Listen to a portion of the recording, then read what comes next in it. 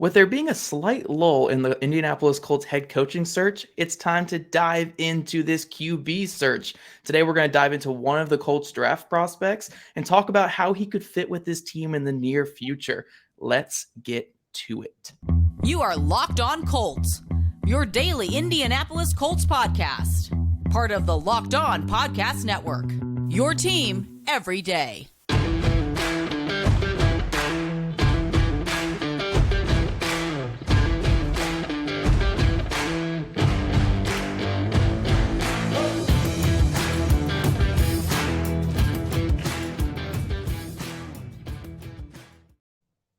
Colts fans, thank you for tuning in and making us your first listen of the day. This is your daily podcast covering your Indianapolis Colts, part of the Locked On Podcast Network, your team every day. Today's episode is brought to you by Ultimate Football GM. Ever dreamed of becoming an NFL GM and managing your football franchise? Then this game is definitely for you. To download the game, just visit ultimate-gm.com or look it up on the app stores. Our listeners get a 100% free boost to their franchise when using the promo code Locked On in all caps in the game. So today, guys, we're going to be talking about a certain quarterback prospect, someone that you guys are very familiar with, and that is CJ Stroud of Ohio State. And as always, I'm Zach Hicks, your normal co-host. I kicked Jake off for this episode and brought my guy, Jon Hagler. You guys know him. You guys love him. He's been on the show plenty of times in the past. We talked game recaps, we've talked certain players, and we've talked draft prospects before. So Hag, welcome back to the show. And we're going to start off this first segment here talking about the strengths of CJ Stroud and talking about how he could work in the NFL. So before we jump into all that, though, CJ Stroud is your guy. That's like your quarterback in this class, right? Yeah. He's my favorite pro prospect at the quarterback position. I'm biased. You can peep the chair behind me. But I'm biased. I love Bryce Young, but I think my favorite quarterback in this class is CJ Stroud. I think he fits all the measurables. He's got the height, he's got the weight. There's not a ton of bad about CJ Stroud. He's a prototypical quarterback. Another one out of California. It's like they're just their factory. Now. I really like his game. He's pro ready. He can make all the throws. He doesn't have the Josh Allen arm, but it's enough to last a long time in the NFL. There's not a ton of mechanical flaws with his throwing motion, his feet. He's solid. He's solid all the way around. He's the safest quarterback, I feel like, in this draft. He may have the lowest ceiling, but he has the highest floor. So Yeah, for sure. And we're going to talk about some of our concerns in the next segment. To start off, though, just talking all positive and really hyping this guy up and talking about what's good with him. I'm going to list off a couple things that I really like about his game, and you can add to that or you can agree or disagree with me.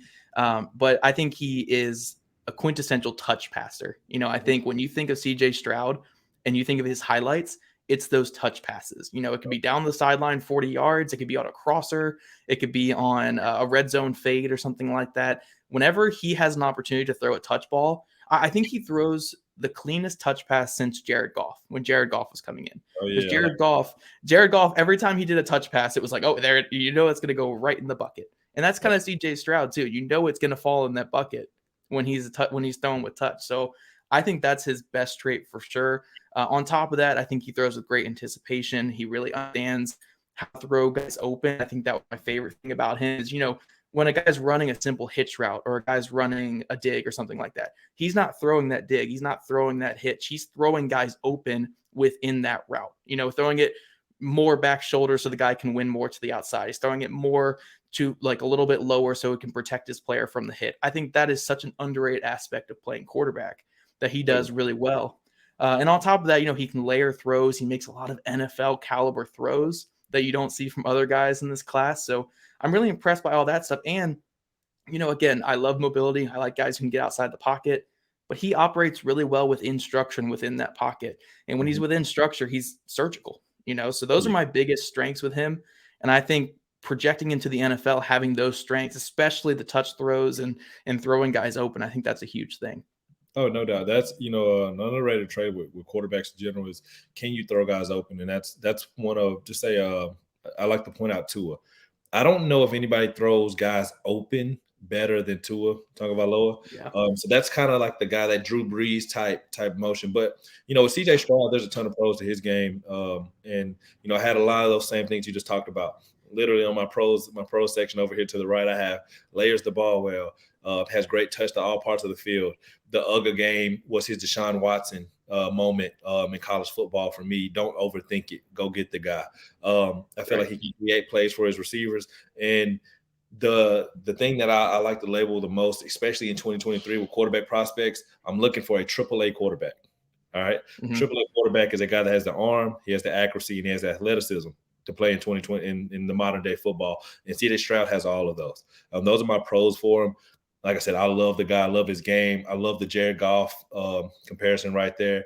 I feel like he has that Joe Burrow, Aaron Rodgers type athleticism, but he does a good job of creating plays by trying to pass the ball. He's not just trying to run. Yeah, for sure. That he is a pure passer. I think if you average out his rushing yards per game in college, it's like 3. It's not much. He's not looking to run. Honestly, the game he looked to run the most was that Georgia game that we just saw. But honestly, while we're talking positives here, for a quarterback like CJ Stroud, there are some concerns on film we'll talk about in the next segment that make him not this perfect prospect. But if you only watch that Georgia game, there are no concerns. There's no concerns. You draft him day number 1 overall today, tomorrow, 10 years from now. That was it's such an incredible moment because he did everything you wanted him to do and then some. Right. And all while being shorthanded, not having his 2 top receiving out. Well, the first half he had him, but you look at it, he didn't have JSN in that game. He didn't have Marv Harrison in the second half. He didn't have his starting running back Travion Henderson. And he elevated his team, and they took Georgia to the deep end, to the 12th round right there. And honestly, they should have won that football game. But that's everything you want to see in a quarterback, dog. Yeah, and I think it's fascinating because you and I did a podcast like this similarly last year, and we talked about Desmond Ridder. Desmond Ridder, good prospect. There were some good things to like about his game, and he could be a successful NFL guy. Yep. But when the bright lights came on against Alabama in that playoff game, I know he had the talent that CJ Stroud has around him. Don't get me wrong; it's a very different thing. But he just didn't step up. He looked like a scared college quarterback that was overwhelmed. Yeah. CJ Stroud, on the other hand, had some concerns on film. A guy that we didn't think was going to be, again, a good prospect before going into that game, but like every doubt you had about him on the biggest stage, the biggest game of his entire career, he comes out and answers all of those questions. And I hate doing the 1-game scouting thing, but like, how do you not see that and go like, this is a guy who could go number 1, It was a cherry on top. I think going into that game, I think across the board, I think it was Bryce Young, right? He finished the year extremely strong. And then I think it was some conversation. I think it was CJ Stroud, and would he get jumped by the toolsy quarterback who was next, whether it's Levis or Richardson, right? Right. After that game, it shifted, and it's like, is CJ Stroud QB1 because he got that dog in him. You know what I'm saying? He got that dog in him, man, and he did some things that were uncharacteristic for him. Like I said, he ran around a little bit more. He made more people miss more tackles. He created more plays with his legs against a team that, quite frankly, nobody looked like that all year or for 2 years except for Bryce Young. And so it kind of made people, ask a few more questions. Yeah, for sure. And to close the segment here, talking about how these guys can kind of succeed in the NFL, I don't think Stroud is someone who's like a Levis or even like a Bryce Young. I think there's a specific scheme where Bryce Young can find more success. For me, I think Stroud can kind of find success in a lot of different ways. It doesn't have to be in this specific like West Coast scheme or vertical passing offense. But I think the biggest thing for me that I'm thinking of, and this is kind of for all young quarterbacks, but especially for him, you got to have a good offensive line. You got to have a good offensive line because Bryce Young thrives in that chaos. And maybe a guy like Anthony Richardson can run through that chaos. CJ Stroud is an in-structure quarterback. Even when he showed some good things against Georgia, he's an in-structure guy. And you want to have, a type of offense that lets him get that ball out quick and allows him to play within structure where he's at his best. Oh yeah, no, 100%. And he's surgical, like you said earlier. Yeah, he's surgical in those type of environments. He makes it look easy. He doesn't miss layups. If you give CJ Stroud a window, if you give CJ Stroud an open guy, he's going to make you pay. And I think, having that structure, having that O-line, having that running game behind him, I think that's what's really going to maximize his skill set and his game on the next level. Definitely. Now, if you guys are listening to this so far, you're thinking, wow, this is QB1, first overall pick, best quarterback prospect since Andrew Luck, all these great things. But guys, don't worry. Coming up next, we are going to talk all about the reasons why you should be terrified of CJ Stroud. No doubt. Yep. But first, today's episode is brought to you by Ultimate Football GM. You've heard us talk about this mobile game app, and I can't tell you how much fun I've had competing against my fellow Locked On NFL host. Chris Carter of Locked On Steelers was our Locked On NFL champion. Jake might have got us the win, but he got fired. So, it's just how it happens. He struggles, man. Jake shouldn't be a GM, just like I shouldn't be a GM either. But you guys could surpass us. Jump on the Ultimate Football GM today. And, it's your guys' turn to compete. But more on that later. Ever dreamed of becoming an NFL GM and managing your football franchise? Well, your dream can come true, and this game is definitely for you. Every strategic aspect of your team, play through seasons, and lead your team to glory, trying to build a dynasty. Locked On Colts listeners get a 100% free boost to their franchise when using the promo code Locked On in all caps in the game store. That's Locked On in all caps. Make sure to check it out today. To download the game, just visit ultimate-gm.com or look it up on app stores. That's ultimate-gm.com. Ultimate Football GM. Start your dynasty today. All right, Hag. So now we're going to tear down everything we just said about CJ Stroud. And I would say my biggest concern and why I was considering, I have Anthony Richardson really high. I love Anthony Richardson. We'll do a whole thing on Anthony Richardson because I just can't get enough of what he can be. But I was kind of debating the Will Levis versus CJ Stroud for a while going into that Georgia game, because when I was watching his film, especially against Iowa, especially against Penn State, this is CJ Stroud I'm talking about. Yeah. I was very concerned with him under pressure and under duress. This is a guy, when he was under duress, he made poor decisions. He didn't really look strong in the pocket. He made, my biggest faux pas with quarterbacks when they spin out of the pocket, that's kind of clean. They just spin, put their back to the pocket and run backwards. I saw some of that. And, with his arm isn't elite. His arm is good. It's not great. So when he's off structure and he has asked to be creative, that arm talent kind of shows a little bit, and he kind of short arms some things. So I was terrified. I know the Georgia game kind of eases me a little bit, but I still can't ignore the other games this year where against pressure, man, I'm a little bit concerned. Well, and that's it. When you look at it, some of my cons and some of my things right here, the question before the Georgia game was, why doesn't he use his mobility? Right. He's mobile. He's a great athlete.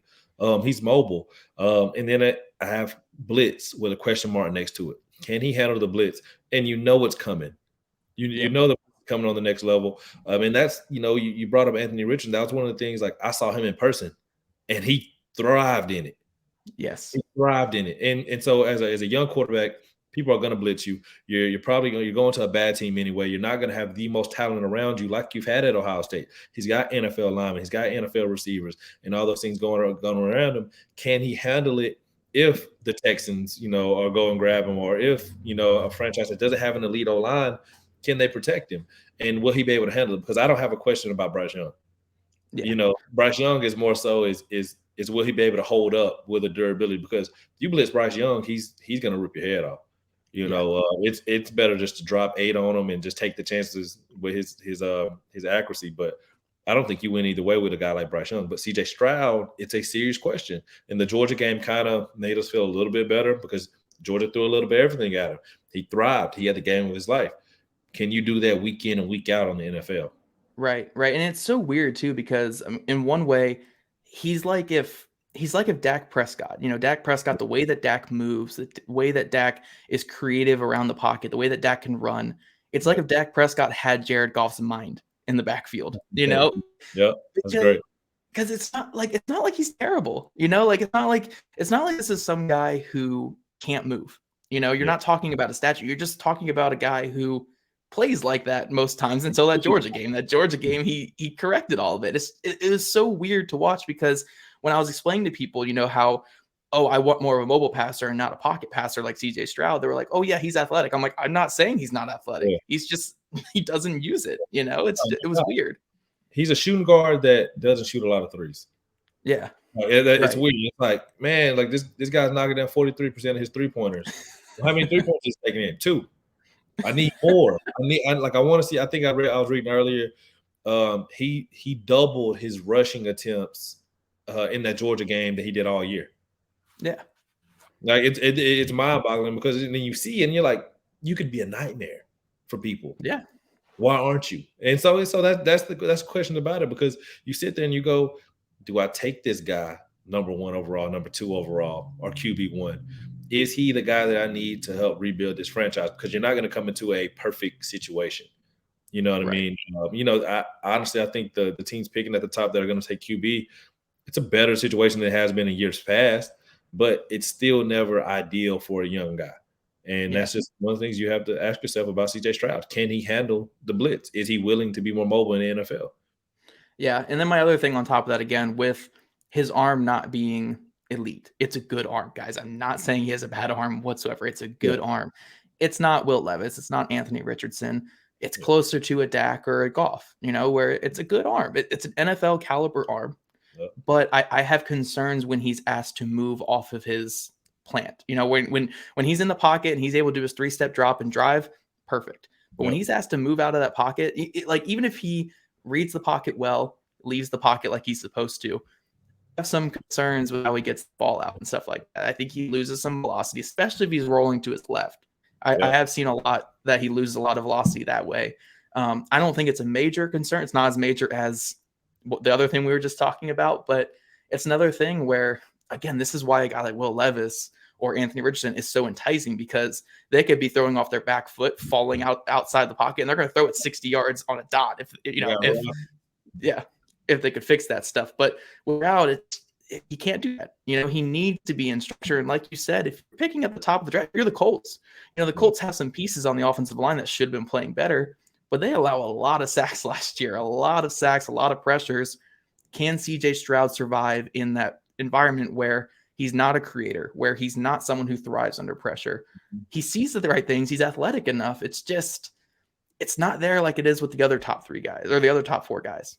Yeah. And the thing about the Colts, when you look at the Colts, is when you look, I had Matt Ryan, I had these guys who aren't very mobile. If I'm rebuilding my team, do I go get, and like I know you mentioned Bryce isn't his type because he's too much of a toolsy guy, but why not go get the mobile guy that can create plays and I have weapons around me already? Because you look at who was it? The Bears. The Bears issue was, can we get Justin Fields weapons? Mm-hmm. Right? We get Justin Fields weapons, and he's doing things that he didn't normally do in college because he has to. The Colts have weapons. The Colts, I like some key pieces around the Colts. I like, you got the running game. You got a couple good receivers. You may be one good piece away, an offensive lineman or 2 away from being elite. Do you take the mobile guy and let him rock out and develop, or do you take the guy who's comfortable in the pocket and chance losing him? Because if you sit there on film and watch CJ Stroud isn't comfortable going to his left, he's going to get a ton of pressure from his right. Yep. Yeah. And so it's just a question mark. It's question marks about him. For all the pros he has, there are some cons. Yeah, it's why he's not a Trevor Lawrence caliber prospect and not Andrew Luck caliber prospect or even a Joe Burrow level one. Yep. I think, he's CJ Stroud. He's a good prospect, a lot of ups and downs. The last thing we're going to talk about in this segment before we transition to our last one here is, we said in the first segment how he can find success. And the way that he can find success is going to a situation where they're going to protect him. They're going to put some weapons around him. And you're not asking him to be Superman. This is not, Josh Allen, when he went to the Bills early on in his career, was asked to do a lot. He shouldered the load. We've seen it these last couple of seasons. Josh Allen is carrying that Bills team on his back. If you're asking CJ Stroud to do something like that, it's not going to work. CJ Stroud, but if you ask him to do something like a Joe Burrow, where you're still making plays, but you're distributed. You're a point guard. You're the passer. You're getting 10, 11, 12 assists a game. That's what CJ Stroud can thrive in. So this isn't even just talking about the Colts. It's just talking in general about where he's going to land. If you're asking him to shoulder the load and be that playmaker and be that thing for your offense from day one, he's not going to do that. But if you're asking him to just get that ball out of his hands and get it to the guys that need to make the plays and he can just sit back there and be that point guard, that's your guy. That is who you want back there as your quarterback. No doubt. I think you're spot on with that. You hit the nail on the head with that one. Yeah, for sure. So, guys, coming up, we're going to talk about how CJ Stroud fits with this Indianapolis Colts team. We've had some back and forth here about maybe it's scary to put him with the Colts, but maybe he could be great with the Colts. So we're going to talk about that here coming up next. But first, the NFL playoffs are here, and we're really excited. Our new sports betting partner for Locked On, because they're the #1 sports book in America, FanDuel. And if you're new to FanDuel, that's even better. They have so many great features that make sports betting fun and easy. New customers join today to get started with $150 in free bets guaranteed when you place your first $5 bet. Just sign up at FanDuel.com/locked-on. FanDuel has all your favorite bets from the money line to point spreads to player props. Plus, you can even combine your bets for a chance at a bigger payout with the same game parlay. Tyler Boyd against Kansas City is an intriguing matchup to me this weekend because the Bengals are going to be throwing a lot. They're going against Pat Mahomes on the other side. I don't care if Pat Mahomes has one leg, two legs, no legs. They're going to have to be scored in this one. So Tyler Boyd is at 5,300 against a 24th ranked team against wide receivers. Definitely check that one out. This is all on the app that's safe, secure, and super easy to use. So football fans, don't miss out. Place your first $5 bet to get $150 in free bet, win or lose, at FanDuel.com/locked-on. Make every moment more with FanDuel, official sports partner of the NFL. All right, Hag. So we've kind of talked a couple ways here about how Stroud could be a great fit with the Colts and also be a terrifying fit with the Colts because of, their line issues and some other things. And he might have to shoulder too much of the load. But the first thing I want to preface this with is it all depends on who this next head coach is going to be. If they're hiring Dan Quinn and Brian Schottenheimer to be, their offensive coordinator, and they're going to establish kind of that Russell Wilson type offense where Russ had to do a lot. This is not going to be good for CJ Stroud. But if they hire a Brian Callahan from the Bengals and maybe add some more to the offensive line, maybe add another receiver, then we're talking like some good stuff right here. So I actually like Stroud's fit with the Colts. I like these receivers for him, and I'll let you take it away here in a second. But I think he could fit really well with these playmakers that the Colts have. 100%. If you ask me who the Colts are drafting, tomorrow, I would say CJ Stroud. I like the prospect of him being in Indianapolis. I think there's a lot of really, really good pieces. I think it's a franchise like we talked about throughout last year. They're not that far away, but they need a guy who can come in, who maybe they eat it for a year. You know what I'm saying? Yeah. And then circle back and get that elite. So maybe they hit in the draft. They've smashed the draft. Maybe they hit in the draft on a receiver. These receivers are getting pushed down. They're getting pushed down. So there's some talented receivers here. Where are the Colts picking in the second round? 35th as of right now. So pretty early. If you're telling me we go in and I take CJ Stroud and then I have a Addison or a Josh Downs sitting there, you know what I'm saying? I feel like it's perfect when you throw with the weapons that the Colts currently have. And then next year you go get that elite, that tackle, not necessarily tackle, but O-line, whoever it may be, whatever piece you feel like you need because you need a couple. I think you go get them. And then you look at it and then next year you're geared to win. Yeah. You know what I'm saying? And I feel like that's why you take a guy like CJ Stroud, but I feel like you don't take him without adding another offensive piece because I feel like they're one or two away. Because you can get by, the Bengals have shown you can get by with a bad O-line. But at some point you have to address it.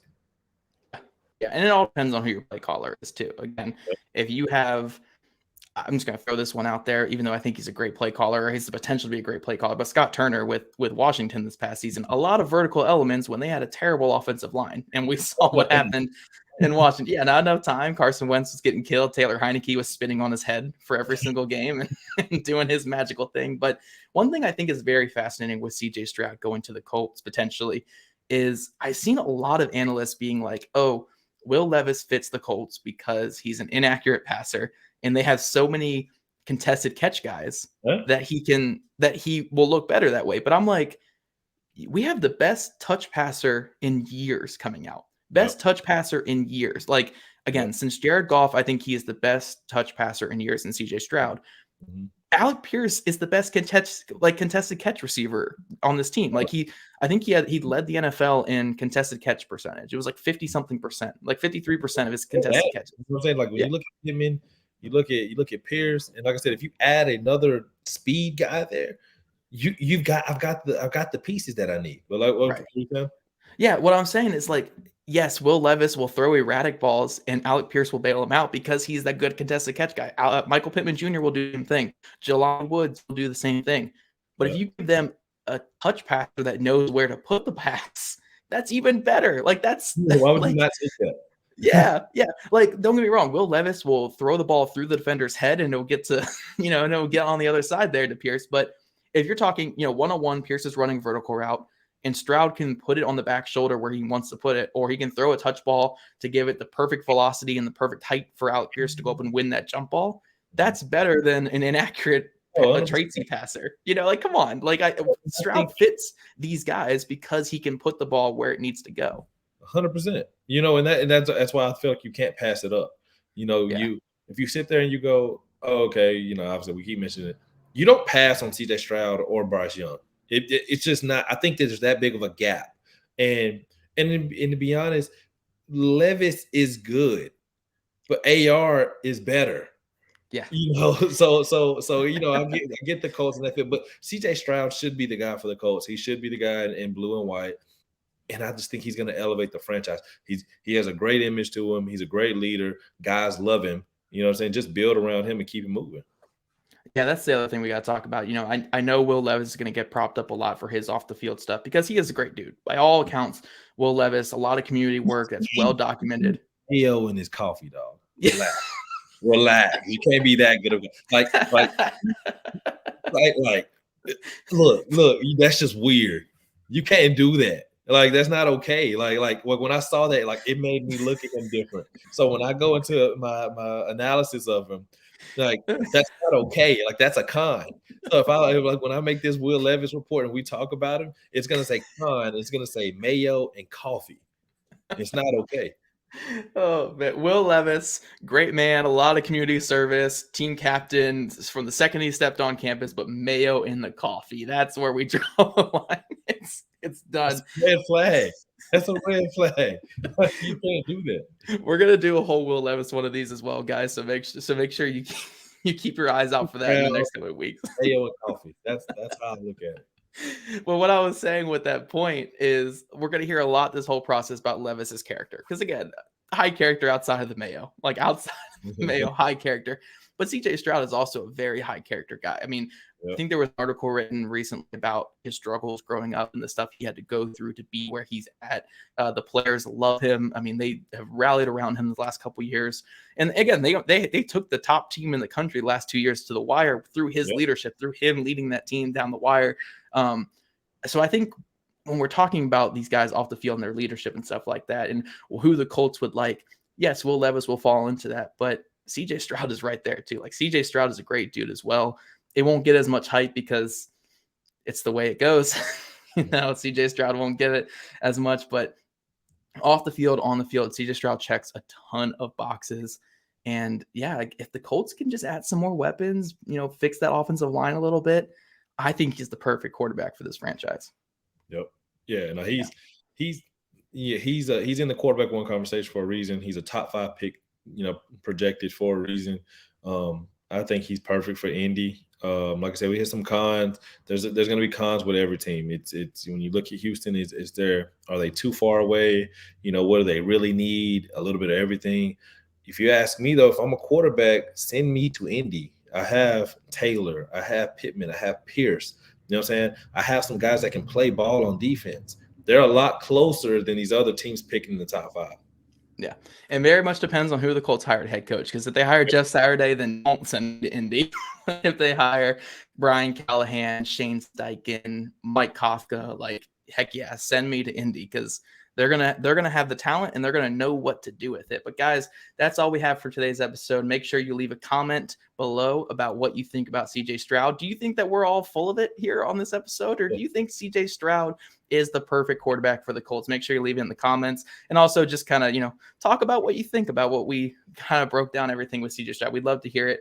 Make sure you guys are following us on social media at Jake Arthur NFL, at Colts, at Locked On Colts, at Zach Hicks 2, and at Jon Hagler CR. We always love having Hag on here. He is the best. I'll give him my position on this podcast one of these days. But also subscribe to the Locked On Colts podcast on YouTube or wherever you listen to your podcast. And thank you for making us your first listen of the day. For your next listen, check out the Locked On NFL podcast, bringing you the local insights that you love to the national spotlight with daily conversations on the biggest NFL stories. Locked On NFL, available on YouTube, wherever you get your podcast. We'll see you guys tomorrow.